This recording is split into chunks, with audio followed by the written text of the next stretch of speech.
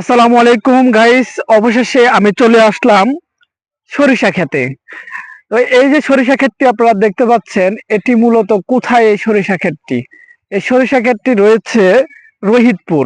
তো রোহিতপুর আপনারা কিভাবে আসবেন? আপনাদেরকে রোহিতপুর আসতে হলে আপনাদেরকে আসতে হবে কেরানীগঞ্জ কদমতলী বাস স্ট্যান্ড থেকে। আপনারা সিএনজি, অটো, রিক্সা সবই পেয়ে যাবেন। সেখান থেকে আপনারা এই রোহিতপুর গ্রামে আসলেই আপনারা দেখতে পারবেন বিশাল আকারে এই সরিষার ক্ষেত রয়েছে।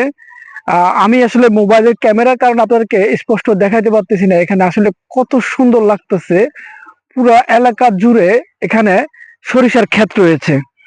তো যারা আপনারা প্রিয়জন, পরিবার, বাচ্চাদেরকে নিয়ে এই সরিষার ক্ষেতে আসতে চান, আপনারা কিন্তু চলে আসতে পারেন। খুব সুন্দর একটি জায়গা, ঢাকার পাশেই কিন্তু এই সরিষা ক্ষেতটি রয়েছে। আপনারা দেখেন বিশাল আকারে এখানে সরিষার ক্ষেত রয়েছে। যদিও ফেব্রুয়ারিটাই পুরোটাই আপনারা এই সরিষার ক্ষেতটা পাবেন। আর আমি এখন যেখানে আছি সেখানে কিন্তু আপনার সরিষার ক্ষেতটি ফবে মাত্র ফুল দিয়েছে, আরো অনেকদিন থাকার সম্ভাবনা আছে। আপনারা মার্চ মাসেও কিন্তু এই সরিষা ক্ষেতের এখানে আসতে পারবেন এই জায়গাটিতে। তো প্রিয় দর্শক, আমার সাথে থাকেন এই সরিষা বাগানে, আমি আরো কিছুক্ষণ থাকবো। আর দেখতে থাকেন। আর এখানকার যে সুন্দর সুন্দর যে ভিউ গুলি রয়েছে সরিষা ক্ষেতের, আপনাদের সাথে শেয়ার করব, সঙ্গেই থাকবেন। আর এই জায়গাটিতে আসতে যদি কোনো সমস্যা হয়, আমার এই ভিডিওর নিচে আপনারা কমেন্ট করতে পারেন। আর কমেন্ট করলে কিন্তু আমি আপনাদেরকে সহযোগিতা করতে পারবো। আমার সাথে আরো অনেকে রয়েছে। এ আল্লাহ হাবিবি, কাম টু সরিষা বাগান রোহিতপুর।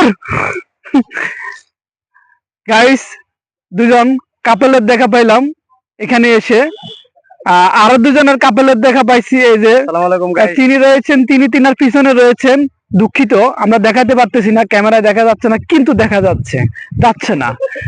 দর্শক, আমরা এখন চলে যাব সেখানে। যিনি কিছু বলবেন তিনার কাছে যাব, কিন্তু তিনি কিছু বলবেন না। এবারও ভালো থাকবেন সবাই, সঙ্গে থাকেন, নেক্সট ভিডিও আসতেছে।